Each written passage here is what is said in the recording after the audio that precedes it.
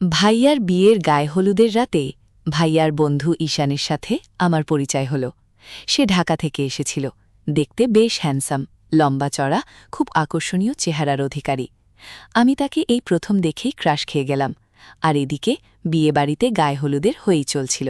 ভাইয়ার বন্ধু ঈশানকে প্রথম দেখাতেই যেন আমার ভালো লেগে যায়, কিন্তু আমি কখনো ভাবি নাই যে ভাইয়ের গায়ে হলুদের রাত্রি এমন একটা কিছু ঘটবে। অর্থাৎ ভাইয়ার গায়ে হলুদের অনুষ্ঠান শেষ করে সবাই যখন ঘুমিয়ে গেল, তখন ভাইয়ার বন্ধু ঈশান, বন্ধুরা বাকিটা গল্পেই বলছি। আশা করি বন্ধুরা তোমরা আমার পুরো গল্পটি মনোযোগ সহকারে শুনবে, নিশ্চয়ই অনেক মজা পাবে। তাহলে চলো বন্ধুরা, কথা না বাড়িয়ে মূল গল্পে চলে যাই। হ্যালো বন্ধুরা, আমি আশফিয়া তারিন, বাংলাদেশের একজন মেয়ে। আজ আমি তোমাদের সঙ্গে এমন একটি গল্প শেয়ার করব যা আমার জীবনে একটি বিশেষ স্মৃতি হয়ে আছে। এই গল্প আমার বড় ভাই তারিফের গায়েহলুদের দিন থেকে শুরু। আমি আমার পরিবারের একমাত্র মেয়ে, একটু লাজুক আর সংরক্ষিত। ছোটবেলা থেকে আমার ভাইদের কঠোর নজরদারির কারণে আমার বন্ধুদের সঙ্গে মেলামেশা ছাড়া অন্য কারো সঙ্গে বেশি কথা বলার সুযোগ কমই হয়েছে। কিন্তু ভাইয়ের গায়ে হলুদের দিন একটি অপ্রত্যাশিত ঘটনা আমার জীবনে নতুন মোড় এনে দিল। সেদিন আমি প্রস্তুত হয়ে গিয়েছিলাম। খয়েরি রঙের শাড়ি পরে হাতে হলুদের বাটি নিয়ে ভাইকে হলুদ মাখাতে যাচ্ছিলাম। চারদিকে উৎসবের আমেজ, হাসি খুশি মানুষ আর গান বাজনা। হঠাৎ বিদ্যুৎ চলে গেল আর সবকিছু অন্ধকারে ঢেকে গেল। আমি একটু দূরে দাঁড়িয়েছিলাম, হাতে হলুদের বাটি, মনে উৎসবের উত্তেজনা। ঠিক তখনই কেউ আমার কাছে এসে ফিসফিস করে বলল, তুমি খুব সুন্দর, আমি তোমাকে ভালোবাসি। কথাটা এতটাই অপ্রত্যাশিত ছিল যে আমি হতবাক হয়ে গেলাম। আমার হাত পা ঠান্ডা হয়ে এলো, মনে হলো মাথা ঘুরছে। কে বলল এটা? আমি কিছু বুঝতে পারলাম না। কয়েক সেকেন্ড পর বিদ্যুৎ ফিরে এলো। আলোর ঝলকানিতে আমি চারপাশে তাকালাম। তখন দেখলাম আমার ভাইয়ের বন্ধু ঈশান আমার সামনে দাঁড়িয়ে। ঈশানকে আমি সকালে দেখেছিলাম, যখন সে ভাইয়ের সঙ্গে এসেছিল। লম্বা, ভরসা আর একটা মুচকি হাসি তার মুখে সবসময়। আমার বড়াপুরা তার ভদ্র ব্যবহারের প্রশংসা করত। আমিও তাকে প্রথম দেখে তার সহজ সরল ব্যবহারে মুগ্ধ হয়েছিলাম। কিন্তু এখন এই মানুষটি কি আমার সঙ্গে এমন কথা বললেন? আমি বিস্ময়ে আর অস্বস্তিতে হতবাক হয়ে দাঁড়িয়ে রইলাম। ঈশান দ্রুত ভিড়ের মাঝে মিলিয়ে গেল। আমার হাতে হলুদের বাটি, শাড়িতে কিছুটা কাদা লেগে একটা অস্বস্তিকর অবস্থা। আমার মাথায় একটাই প্রশ্ন ঘুরছিল, কিভাবে এমন হল? ঈশান, যাকে আমি ভদ্র ভেবেছিলাম, তিনি কেন এমন করলেন? সবসময় ঈশানের প্রশংসা করে বলে, ঈশান আমার সবচেয়ে ভালো বন্ধু, ওর মতো মানুষ খুব কমই পাওয়া যায়। আমি এখন কি করব? ভাইয়াকে বলে দেব? কিন্তু আজ ভাইয়ার গায়ে হলুদ, চারদিকে আনন্দের পরিবেশ। এই মুহূর্তে এমন কথা বললে সবকিছু নষ্ট হয়ে যাবে। ভাইয়া কষ্ট পাবে, হয়তো ঈশানের সঙ্গে ঝগড়া করে বসবে। আমি চুপ করে রইলাম, কিন্তু মনের মধ্যে ঝড় চলছে। হঠাৎ ভাইয়ের ডাক শুনলাম, কিরে তারিন, এখানে এভাবে দাঁড়িয়ে আছিস কেন? ওই দেখ, সবাই হলুদ খেলছে, তুই খেলবি না? আমাকে হলুদ মাখাতে হবে। তো ভাইয়ের হাসিমুখ দেখে আমার মনটা একটু হালকা হলো। কিন্তু ঈশানের কথা মনে পড়তেই আবার অস্বস্তি ফিরে এলো। আমার বন্ধু জাইমা আর আমাকে হলুদ মাখাতে হবে। তো ভাই আর তার বন্ধুরা হাসি খুশি মেজাজে ঈশানও ছিলেন খয়েরি শেরওয়ানিতে। দারুণ লাগছিল। তিনি ভাইয়ের কথা শুনছিলেন, মুখে মৃদু হাসি। হঠাৎ ঈশানের চোখ আমার দিকে পড়ল। আমি তৎক্ষণাৎ চোখ নামিয়ে নিলাম। কিন্তু আর চোখে দেখলাম তিনি আমার দিকে তাকিয়ে আছেন। আমার মনে অস্বস্তি আর প্রশ্ন জমা হচ্ছিল। জাইমা আমাকে ধাক্কা দিয়ে বলল, কিরে, বোকার মতো দাঁড়িয়ে আছিস কেন? চল, ভাইকে হলুদ মাখাবি। আমি জাইমার হাত ধরে এগিয়ে গেলাম। কিন্তু মনের মধ্যে ঈশানের কথা ঘুরছে। আমি কিভাবে তার সামনে স্বাভাবিক থাক? ভাইজা আমার দিকে তাকিয়ে বললেন, কিরে, কি হয়েছে তোর? এত চুপচাপ কেন? আমি কিছু বলতে পারলাম না, শুধু ঈশানের দিকে তাকালাম। তার মুখে একটা মৃদু হাসি। আমার মনে হলো তিনি জানেন আমি কেন এত চিন্তিত। আমি জাইমার হাত থেকে হলুদের বাটি নিয়ে দ্রুত ভাইদের মুখে হলুদ মাখিয়ে দিলাম। ভাইজা হেসে বললেন, আরে পাগলি, এভাবে হলুদ মাখায় কেউ? জাইমা হাসতে লাগল। আমি ঈশানের দিকে তাকালাম। এই মুহূর্তে আমার মনে শুধু একটাই প্রশ্ন, ঈশানকে? তিনি কি সত্যি আমার ভাবনার মতো মানুষ, নাকি আমি তাকে ভুল বুঝেছি? তারিফ ভাইয়ার গায়ে হলুদের উৎসব জমজমাক চলছে। হলুদের রঙে সবাই মেতে উঠেছে। জাইমা আমাকে টেনে নিয়ে গেলেও আমার মন এখনও সেই অন্ধকার মুহূর্তেই আটকে আছে। ঈশানের সেই ফিসফিস কথা, তুমি খুব সুন্দর, আমার মাথা থেকে যাচ্ছে না। আমি স্বাভাবিক থাকার চেষ্টা করছি, কিন্তু প্রতিবার ঈশানের দিকে তাকালেই মনে একটা অস্বস্তি জাগে। তিনি স্টেজে তারিফ ভাইয়ার পাশে বসে হাসি মুখে গল্প করছেন। তার মৃদু হাসি দেখে মনে হচ্ছে তিনি যেন কিছুই করেননি, কিন্তু আমি জানি আমার জীবনের একটি অপ্রত্যাশিত মুহূর্ত তার কারণে ঘটেছে। জাইমা আমার হাত ধরে বলল, কিরে, দাড়িন এত চুপচাপ কেন? হলুদ মাখা শেষ, এবার নাচবি চল। আমি মাথা নেড়ে বললাম, না জাইমা, আমার মনটা ভালো নেই। জাইমা ভ্রুকুচকে টাকালো। কি হয়েছে, তুই এমন করছিস কেন, বল না। আমি কি বলবো? ঈশানের কথাটা কি জাইমাকে বলে দেব?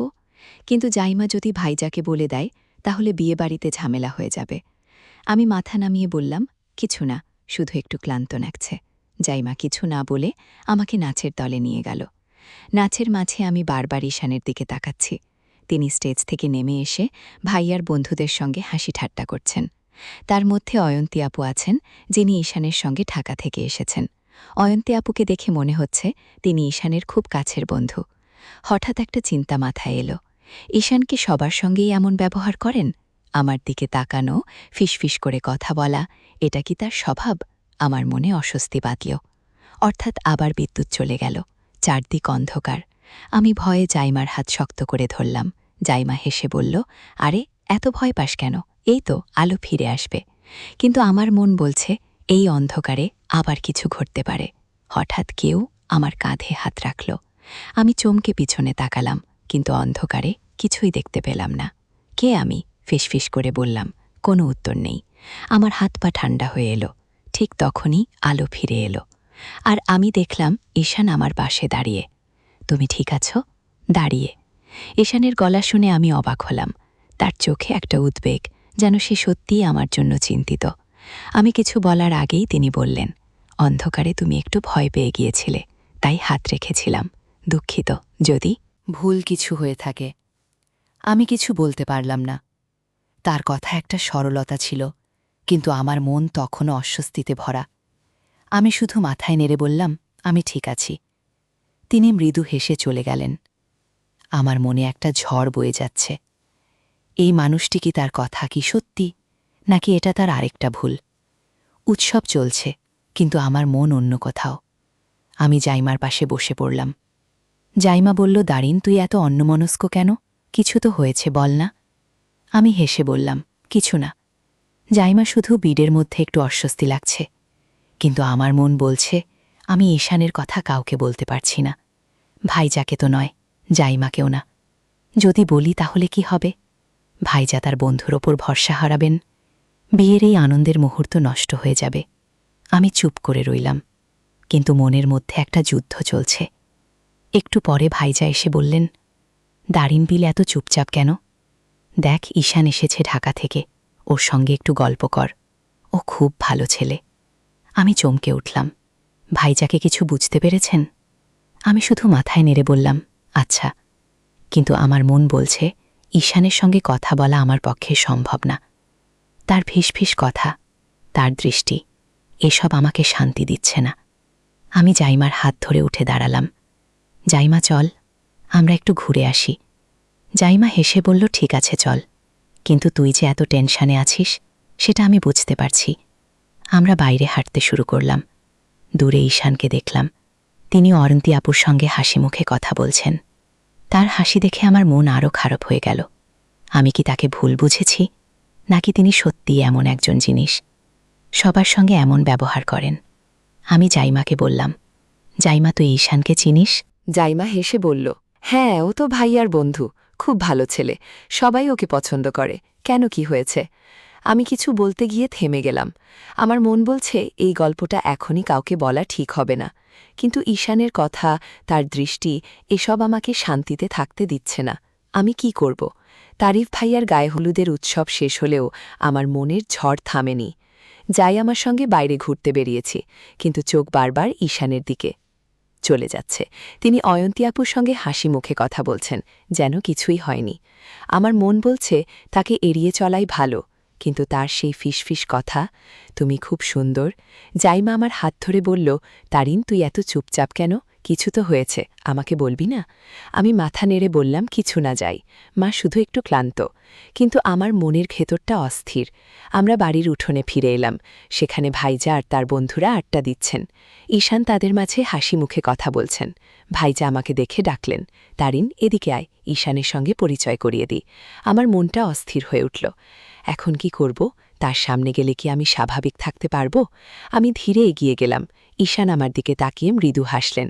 হাই তারিন, কেমন আছো? তার গলার স্বর এতটাই স্বাভাবিক যে আমি অবাক হলাম। এই মানুষটিকে সত্যি সেই কথা বলেছিলেন? আমি শুধু মাথা নেড়ে বললাম, ভালো। ভাইজা হেসে বললেন, ঈশান আমার বন্ধু, ঢাকা থেকে এসেছে। ও খুব ভালো ছেলে, তুই ওর সঙ্গে গল্প কর। আমি মনে মনে ভাবলাম, গল্প করা? যিনি অন্ধকারে আমার কানে এমন কথা বলেছেন? আমি কোনো রকমে হেসে বললাম, আচ্ছা ভাইরা। কিন্তু আমার মন অস্থির। ঈশানের চোখে একটা সরল হাসি, কিন্তু আমি তার উপর ভরসা করতে পারছি না। একটু পরে অয়ন্তী আপু এসে বললেন, তারিন তুই একটু চুপচাপ কেন, চল আমরা ছবি তুলি। আমি তাদের সঙ্গে গেলাম। ঈশানও আমাদের সঙ্গে ছিলেন। ছবি তোলার সময় তিনি আমার পাশে দাঁড়ালেন। আমি অস্বস্তিতে চোখ নামিয়ে ফেললাম। তিনি ফিসফিস করে বললেন, তারিন তুমি আজ অনেক সুন্দর লাগছ। আমি অস্বস্তি চেপে কিছু না বলে দ্রুত সরে গেলাম। জাইমা আমার দিকে তাকিয়ে ভ্রুকুচকাল। কি রে, তুই এমন করছিস কেন? আমি মাথা নেড়ে বললাম, কিছু না। উৎসবের শেষে সবাই খাওয়া দাওয়ায় ব্যস্ত হল। আমি এক কোণে গিয়ে বসলাম। মনের মধ্যে ঈশানের কথা ঘুরছে। তার ফিসফিস, তার হাসি, এসব কি আমাকে ইচ্ছাকৃতভাবে অস্বস্তিতে ফেলছে, নাকি আমি তাকে ভুল বুঝছি? আমার মন বলছে ভাইয়াকে সব বলে দেওয়া উচিত। কিন্তু যদি ভাইজা ঈশানের সঙ্গে ঝগড়া করে, বিয়ের এই আনন্দের মুহূর্ত নষ্ট হয়ে যাবে। আমি চুপ করে রইলাম। তখন জাইমা এসে বলল, তারিন তুই এত চিন্তিত কেন, আমাকে বল। আমি দ্বিধায় পড়লাম। জাইমা আমার বেস্ট ফ্রেন্ড, তাকে কী সব বলে দেব? কিন্তু যদি সে ভাইয়াকে বলে? আমি বললাম, জাইমা আমি একটু অস্বস্তিতে আছি, পরে বলবো। জাইমা আমার হাত ধরে বলল, ঠিক আছে, যখন মন চাইবে বলিস, আমি তোর পাশে আছি। তার কথায় আমার মন একটু হালকা হলো। কিন্তু ঈশানের কথা আমাকে ভাবাচ্ছে। তিনি কি সত্যিই আমার প্রতি আগ্রহী, নাকি এটা তার স্বাভাবিক ব্যবহার? একটু পরে ভাইরা এসে বললেন, দারিন ঈশান তোর নাম্বার চাইল, আমি দিয়ে দিয়েছি, ও তোকে কিছু বলতে চাই। আমার মনটা অস্থির হয়ে উঠল। ঈশান আমার নম্বর নিলেন। এখন কি হবে? আমি ভাইয়ার দিকে তাকিয়ে বললাম, ভাইজা তুমি নম্বর দিয়ে দিলে? ভাইজা হেসে বললেন, আরে ঈশান ভালো, ওর সঙ্গে কথা বললে তোর ভালো লাগবে। আমি কিছু বলতে পারলাম না। এই নম্বর দেওয়াটা আমার জন্য নতুন চিন্তার কারণ হবে। রাতে বাড়ি ফিরে বিছানায় শুয়ে পড়লাম। তখন ফোনে একটা মেসেজ এলো ঈশানের নম্বর থেকে। হাই তারিন, আমি ঈশান, আজকের জন্য দুঃখিত। যদি তুমি অস্বস্তি বোধ করে থাকো, আমি শুধু তোমার সঙ্গে বন্ধুত্ব করতে চাই। আমি মেসেজটা পড়ে থমকে গেলাম। এটা কি তার সত্যিই দুঃখ প্রকাশ, নাকি অন্য কিছু? আমি উত্তর দিলাম না। কিন্তু মনের মধ্যে প্রশ্ন ঘুরছে, ঈশানকে? আমি কি তাকে ভুল বুঝেছি, নাকি তিনি আমার জীবনের নতুন কিছু শুরু করতে চান? ঈশানের মেসেজটা পড়ে আমার মনের অস্থিরতা আরও বেড়ে গেল। তিনি কি সত্যিই দুঃখিত, নাকি এটা তার আরেকটা ভুল? আমি উত্তর দিতে পারলাম না। ফোনটা হাতে নিয়ে মেসেজটা বারবার পড়ছি, কিন্তু কি লিখো বুঝতে পারছি না। রাত গভীর হচ্ছে, কিন্তু আমার চোখে ঘুম নেই। তারিফ ভাইয়ার বিয়ের আনন্দের মধ্যেও আমার মন ঈশানের ফিসফিস কথায় আটকে আছে। আমি নিজেকে বোঝালাম, তাহলে সকালে এই বিষয় ভাবব, এখন শুধু ঘুমানোর চেষ্টা করি। পরদিন সকালে বাড়িকে বিয়ের আরেক দফা উৎসব শুরু হলো। আজ ভাইয়ার বিয়ে, সবাই ব্যস্ত। আমিও সকাল থেকে ছুটোছুটি করছি, কিন্তু মনের কোণে ঈশানের মেসেজটা বারবার মনে পড়ছে। আমি ঠিক করলাম তাকে এড়িয়ে চলব। তিনি যদি আমার সঙ্গে কথা বলতে চান, আমি স্পষ্ট করে বলে দেব আমি এসবে আগ্রহী নই। কিন্তু ভাগ্য আমার সঙ্গে অন্য খেলা খেলছে। বিয়ের আয়োজনের মাঝে ঈশানকে দেখলাম। তিনি ভাইয়ার পাশে দাঁড়িয়ে সবাইকে সাহায্য করছেন। তার সহজ ব্যবহারে সবাই মুগ্ধ। আমার মনে হলো, এই মানুষটা কিভাবে এত স্বাভাবিক থাকতে পারে। বিয়ের আসরে জাইমা আমাকে টেনে নিয়ে গেল। তারিনম, তুই আজ এত চুপচাপ কেন? বিয়ের এত সুন্দর মুহূর্ত তুই এনজয় করছিস না কেন? আমি আসার চেষ্টা করে বললাম, না জাইমা, আমি ঠিক আছি, শুধু ব্যস্ততার মধ্যে আছি। কিন্তু জাইমার চোখে সন্দেহ। সে বলল, তুই আমার থেকে কিছু লুকাচ্ছিস তাই না? বল কি হয়েছে? আমি মাথা নেড়ে বললাম, কিছু না জাইমা, তুই বেশি ভাবিস। কিন্তু আমার মন বলছে, আমি আর কতক্ষণ এটা লুকাবো? বিয়ের অনুষ্ঠান চলছে। ভাইজা কোণের পাশে বসে, সবাই হাসি খুশি। আমি এক কোণে দাঁড়িয়ে সব দেখছি। হঠাৎ ঈশান আমার কাছে এলেন। তারিন, আমার মেসেজের উত্তর দিলে না কেন? তার গলায় একটা মৃদু অভিযোগ। আমি অবাক হয়ে তাকালাম। এত সাহস তার যে এখনও আমার সঙ্গে এভাবে কথা বলছে? আমি শান্ত গলায় বললাম, ঈশান, আমি আপনার মেসেজ পেয়েছি, কিন্তু আমি এসব নিয়ে কথা বলতে চাই না। তিনি একটু থমকে গেলেন। তারপর বললেন, তারিন, আমি সত্যি দুঃখিত যদি তুমি অস্বস্তি বোধ করে থাকো। আমি শুধু তোমার সঙ্গে বন্ধুত্ব করতে চাই। বন্ধুত্ব? আমার মনটা আবার অস্থির হয়ে উঠল। এটা কি তার আরেকটা কথা, নাকি তিনি সত্যি এমন? আমি কিছু বলার আগেই অয়ন্তী আপু এসে বললেন, ঈশান, তারিন, তোমরা এখানে কি করছো? চলো, ছবি তুলতে হবে। আমি স্বস্তির নিঃশ্বাস ফেললাম।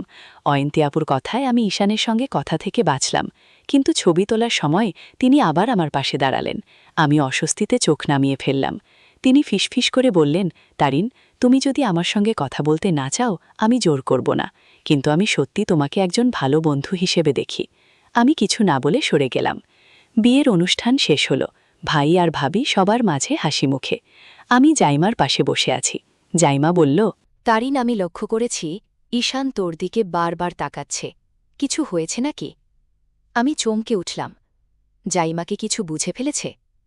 আমি হেসে বললাম, না জাইনা, তুই বেশি ভাবিস।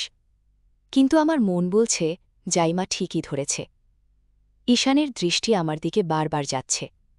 আমি কি করব? তাকে পুরোপুরি এড়িয়ে চলব, নাকি তার কথা শুনব? রাতে বাড়ি ফিরে আবার ফোনে একটা মেসেজ এলো ঈশানের। কারিন, আমি জানি তুমি আমার উপর রাগ করেছ, কিন্তু আমি সত্যিই তোমার সঙ্গে বন্ধুত্ব করতে চাই। আমাকে একটা সুযোগ দাও। আমি মেসেজটা পড়ে চুপ করে রইলাম। আমার মন বলছে তাকে উত্তর না দেওয়াই ভালো, কিন্তু আরেকটা অংশ বলছে হয়তো তিনি সত্যিই দুঃখিত। আমি ফোনটা রেখে দিলাম, কিন্তু মনের মধ্যে একটা প্রশ্ন ঘটছে। ঈশান কি, আমি কি তাকে ভুল বুঝেছি, নাকি তিনি আমার জীবনের নতুন কিছু শুরু করতে চান? ঈশানের মেসেজটা আমার মনের মধ্যে অস্থিরতা বাড়িয়ে দিল। উত্তর দেব নাকি দেব না, এই বিধায় আবার রাতের ঘুম হারাম হয়ে গেল। তার কথাগুলো যেন আমাকে বারবার ভাবাচ্ছে। আমি ঠিক করলাম এখনই কোনো সিদ্ধান্ত নেব না। তারই ভাই আর বিয়ের পরের দিন সকালে বাড়িতে সবাই এখনও উৎসবের আমেজে। আমি ভাবলাম ব্যস্ত থাকলে হয়তো ঈশালের কথা মাথা থেকে সরে যাবে, কিন্তু ভাগ্য আমার সঙ্গে অন্যরকম খেলছে। সকালে জাইমা ফোন করে বলল, তারিন, তুই আজ বিকেলে আমাদের বাড়ি আছিস? আমরা একটা ছোট আড্ডা করব, ভাইয়ার তার বন্ধুরা আসবে। আমার মনটা অস্থির হয়ে উঠল। ভাইয়ার বন্ধু মানে ঈশানও থাকবেন? আমি দ্বিধায় পড়ে বললাম, জাইমা, আমার একটু কাজ আছে, দেখি যদি সময় পাই। জাইমা হেসে পড়ল, আরে কাজ রাখ, তুই না এলে আমি তোর সঙ্গে কথা বন্ধ করে দেব। তার জোড়াজড়িতে আমি রাজি হলাম, কিন্তু মনের মধ্যে অস্বস্তি রয়ে গেল। ঈশানের মুখোমুখি হলে আমি কি বলবো? বিকেলে জায়মার বাড়ি পৌঁছালাম। সেখানে ভাইজা ভাবি, অয়ন্তী আপু আর ঈশান ছেলে ঈশান। কে দেখে আমার মনটা অস্থির হয়ে উঠল। তিনি আমার দিকে তাকিয়ে মৃদু হাসলেন, যেন কিছুই হয়নি। আমি চোখ নামিয়ে জায়মার পাশে বসে পড়লাম। ভাইজা বললেন, তারিন, তুই তো চুপচাপ কেন? ঈশানের সঙ্গে গল্প কর, ও খুব ভালো ছেলে। আমি মনে মনে ভাবলাম, ভালো ছেলে, যিনি আমাকে অন্ধকারে ফিসফিস করে কথা বলেন? আমি শুধু হেসে বললাম, আচ্ছা। ভাইজা আড্ডার মাঝে ঈশান সবার সঙ্গে হাসি মুখে কথা বলছেন। তার গল্পে সবাই মুগ্ধ। অয়ন্তী আপু বললেন, ঈশান, তুই তো আমাদের গ্রুপের তারকা। তারিন, তুই ওর সঙ্গে গল্প কর, ওর কথা শুনলে তোর মন ভালো হয়ে যাবে। আমি অস্বস্তিতে হাসলাম। ঈশান আমার দিকে তাকিয়ে বললেন, তারিন, তুই এত চুপচাপ কেন? কিছু বল। আমি কোনো রকমে বললাম, না, আমি ঠিক আছি, শুধু শুনছি। কিন্তু আমার মন বলছে আমি তার সঙ্গে কথা বলতে চাই না। একটু পরে জায়মা আমাকে রান্নাঘরে ডেকে নিয়ে গেল। তারিন, তুই ঈশানের সঙ্গে এমন করছিস কেন? ও তো খুব ভালো ছেলে। আমি থমকে গেলাম। জায়মাকে কিছু বুঝে ফেলেছে? আমি বললাম, জায়মা, আমি শুধু একটু অস্বস্তিতে আছি, তুই বেশি ভাবিস। জায়মা ভ্রুকুচকে বলল, ঠিক আছে, তুই যখন বলবি তখন শুনুন, কিন্তু আমার মনে হচ্ছে তুই কিছু লুকাচ্ছিস। আমি চুপ করে রইলাম। জায়মাকে কি সব বলে দেব? কিন্তু যদি সে ভাইজাকে বলে আমি ঠিক করলাম এখনই কিছু বলবো না। আড্ডা শেষে সবাই যখন উঠতে শুরু করল, ঈশান আমার কাছে এলেন। তারিন, আমি জানি তুমি আমার ওপর রাগ করেছ, কিন্তু আমি সত্যিই তোমার সঙ্গে বন্ধুত্ব করতে চাই। আমাকে একটা সুযোগ দাও। তার চোখে একটা আন্তরিকতা ছিল যা আমাকে ভাবিয়ে তুলুন। আমি শান্ত গলায় বললাম, ঈশান, আমি এখন এসব নিয়ে ভাবতে চাই না, আমাকে একটু সময় দিন। তিনি মাথা নেড়ে বললেন, ঠিক আছে দারিন, আমি অপেক্ষা করব।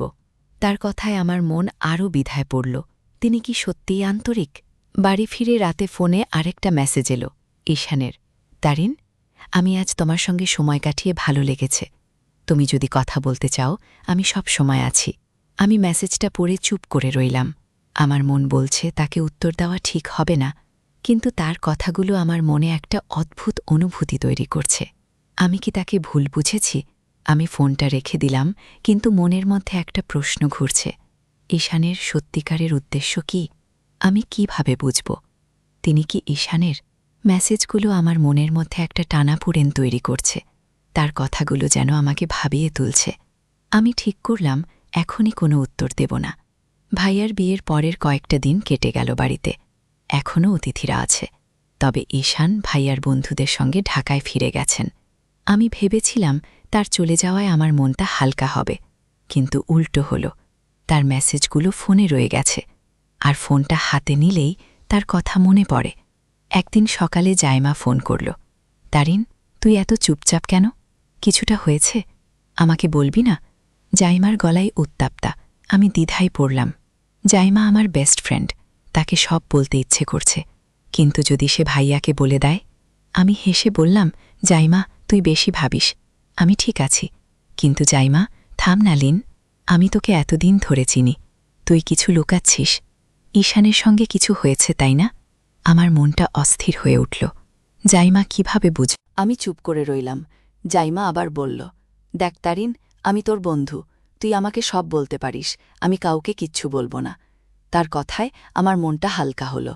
আমি ধীরে ধীরে বললাম, জাইমা, ঈশান গায়ে হলুদের দিন অন্ধকারে আমাকে বলেছিলেন তুমি খুব সুন্দর, আর তারপর থেকে মেসেজ করছেন। আমি বুঝতে পারছি না তিনি কি চান।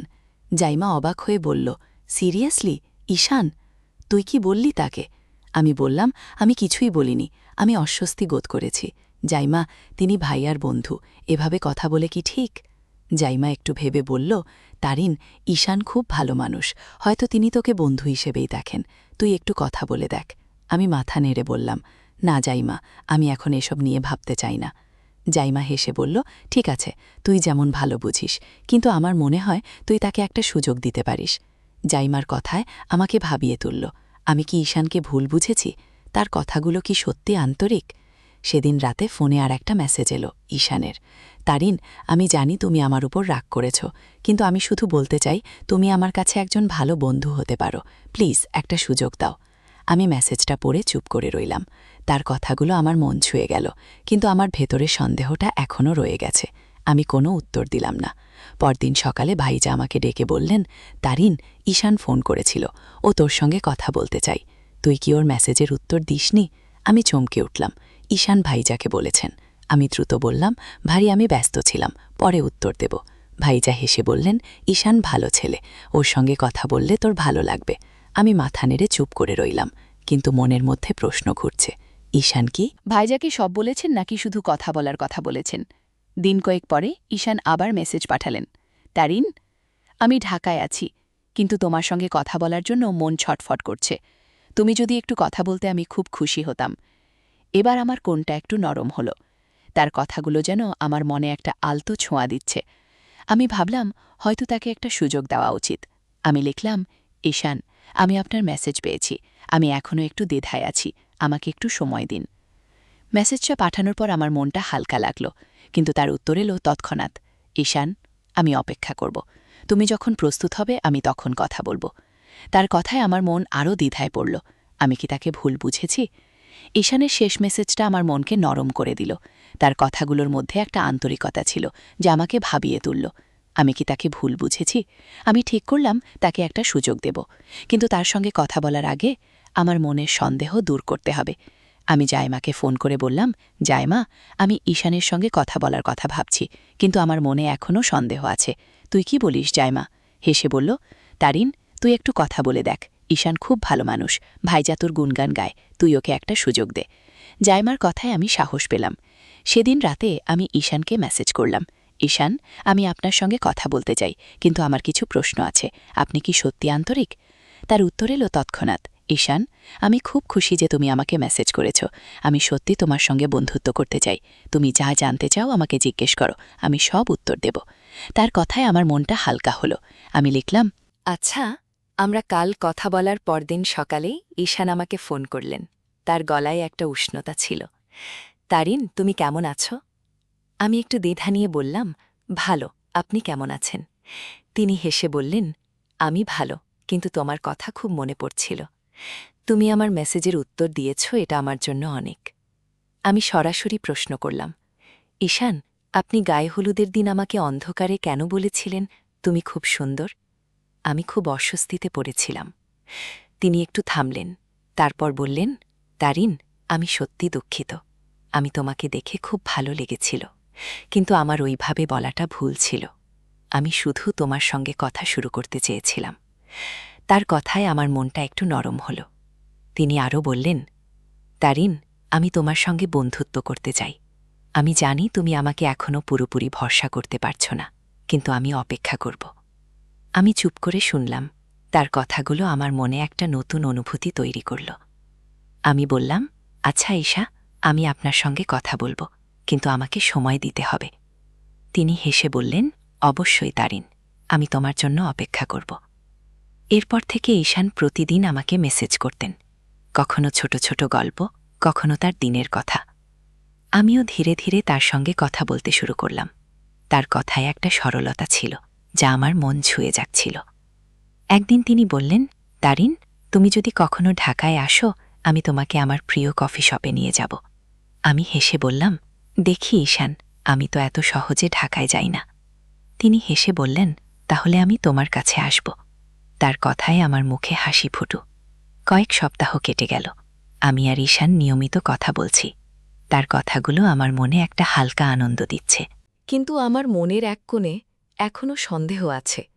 আমি জাইমাকে বললাম, জাইমা, ঈশানের সঙ্গে কথা বলে আমার ভালো লাগছে, কিন্তু আমি তাকে পুরোপুরি ভরসা করতে পারছি না। জাইমা বলল, তারিন, তুই তাকে সময় দে। তুই যদি তার সঙ্গে স্বাচ্ছন্দ্য বোধ করিস, তাহলে ধীরে ধীরে সব ঠিক হয়ে যাবে। জাইমার কথায় আমি ভরসা পেলাম। একদিন ভাইজা আমাকে ডেকে বললেন, তারিন, ঈশান আমাকে বলল তোর সঙ্গে ওর কথা হচ্ছে। ও খুব ভালো ছেলে, তুই ওর সঙ্গে কথা বলে দেখ। আমি চমকে উঠলাম। ঈশান ভাইজাকে বলেছেন? আমি বললাম, ভাইজা, আমরা শুধু বন্ধু হিসেবে কথা বলছি। ভাইজা হেসে বললেন, ঠিক আছে তারিন, তুই যেমন ভালো বুঝিস, কিন্তু ঈশান আমার ভরসার মানুষ। তার কথায় আমার মনটা হালকা হল, কিন্তু মনের এক কোণে একটা প্রশ্ন রয়ে গেল, ঈশানের প্রতি আমার এই অনুভূতি কি শুধুই বন্ধুত্ব? ঈশানের সঙ্গে আমার কথা বলা এখন নিয়মিত হয়ে গেছে। তার মেসেজ, ফোন কল আর ছোট ছোট গল্প আমার দিনের একটা অংশ হয়ে উঠেছে। তার কথা শুনলে আমার মন হালকা হয়, তবে একটা অদ্ভুত অনুভূতিও জাগে। আমি কি তাকে সত্যিই পছন্দ করতে শুরু করেছি? জাইমার সঙ্গে কথা বলে আমি ভরসা পেয়েছি, কিন্তু ভাইয়ার কথা ভাবলে মনটা দ্বিধায় পড়ে। তিনি যদি জানেন, তাহলে কি ভাববেন? একদিন বিকেলে ঈশান ফোন করলেন, তারিন, আমি তোমার শহরে আসছি, তুমি কি আমার সঙ্গে দেখা করতে পারবে? তার কথায় আমার মনটা অস্থির হয়ে ওঠে। দেখা করা, আমি কি প্রস্তুত?